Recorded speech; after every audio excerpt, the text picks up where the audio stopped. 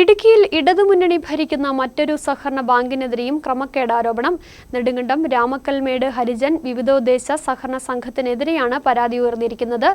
1 വർഷത്തോളമായി കമ്മിറ്റി ചേരുന്നില്ലെന്നും നിയമനത്തിന്റെ പേരിൽ പണം വാങ്ങിയെന്നുമാണ് ആരോപണം. SC/ST വിഭാഗത്തിൽപ്പെട്ടവരുടെ ഉന്നമനം ലക്ഷ്യം വച്ചാണ് നെടുങ്കണ്ടം രാമക്കൽമേട് കേന്ദ്രമാക്കി മൾട്ടിപർപ്പസ് സംഘം ആരംഭിച്ചത്.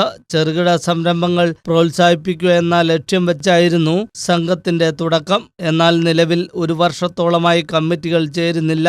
നിരവധി തവണ ആവശ്യപ്പെട്ടിട്ടും പ്രസിഡന്റ് കമ്മിറ്റി വിളിക്കാൻ തയ്യാറാവുന്നില്ലെന്നാണ് ആരോപണം. CPMന്റെ നെടുങ്കണ്ടം മേഖലയിലെ ഒരു ലോക്കൽ സെക്രട്ടറിയാണ് നിലവിൽ സഹകരണ സംഘത്തിന്റെ പ്രസിഡന്റ്. കമ്മിറ്റി അംഗങ്ങൾ പോലും അറിയാതെ നിക്ഷേപം സ്വീകരിക്കുകയും തിരിമറി നടത്തിയെന്നുമാണ് ആരോപണം ഉയർന്നിരിക്കുന്നത്.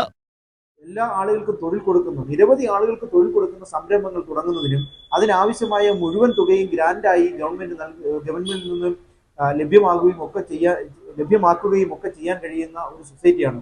ആ സൊസൈറ്റിയാണ് ഇത്തരത്തിൽ കമ്മിറ്റി പോലും കൂടാതെ രാമക്കൽമേട് പോലുള്ളൊരു ടൂറിസം പ്രാധാന്യമുള്ളൊരു പ്രദേശത്ത് സ്വന്തമായി ഭൂമിയും കെട്ടിടവും ഒക്കെയുള്ള ഒരു സൊസൈറ്റി അതിന്റെ ഹൃദയഭാഗത്ത് നിൽക്കുമ്പോൾ ആ സൊസൈറ്റി നാട്ടിലുള്ള ഒരു പട്ടികജാതി പട്ടികവർഗ വിഭാഗത്തിൽപ്പെട്ട ഒരാൾക്കും പ്രയോജനപ്പെടാത്ത രീതിയിൽ നശിപ്പിച്ച് കളഞ്ഞു എന്ന് മാത്രമല്ല, ഇപ്പോൾ അവിടെ നടക്കുന്നത് പ്രസിഡന്റ് അയാളുടെ അധികാരം ഉപയോഗിച്ചുകൊണ്ട് ആ സൊസൈറ്റിയിലേക്ക് നിക്ഷേപം സ്വീകരിക്കുകയും ഈ നിക്ഷേപം കൈവശപ്പെടുത്തി കൊണ്ടുപോവുകയാണ് ചെയ്തിട്ടുള്ളത്.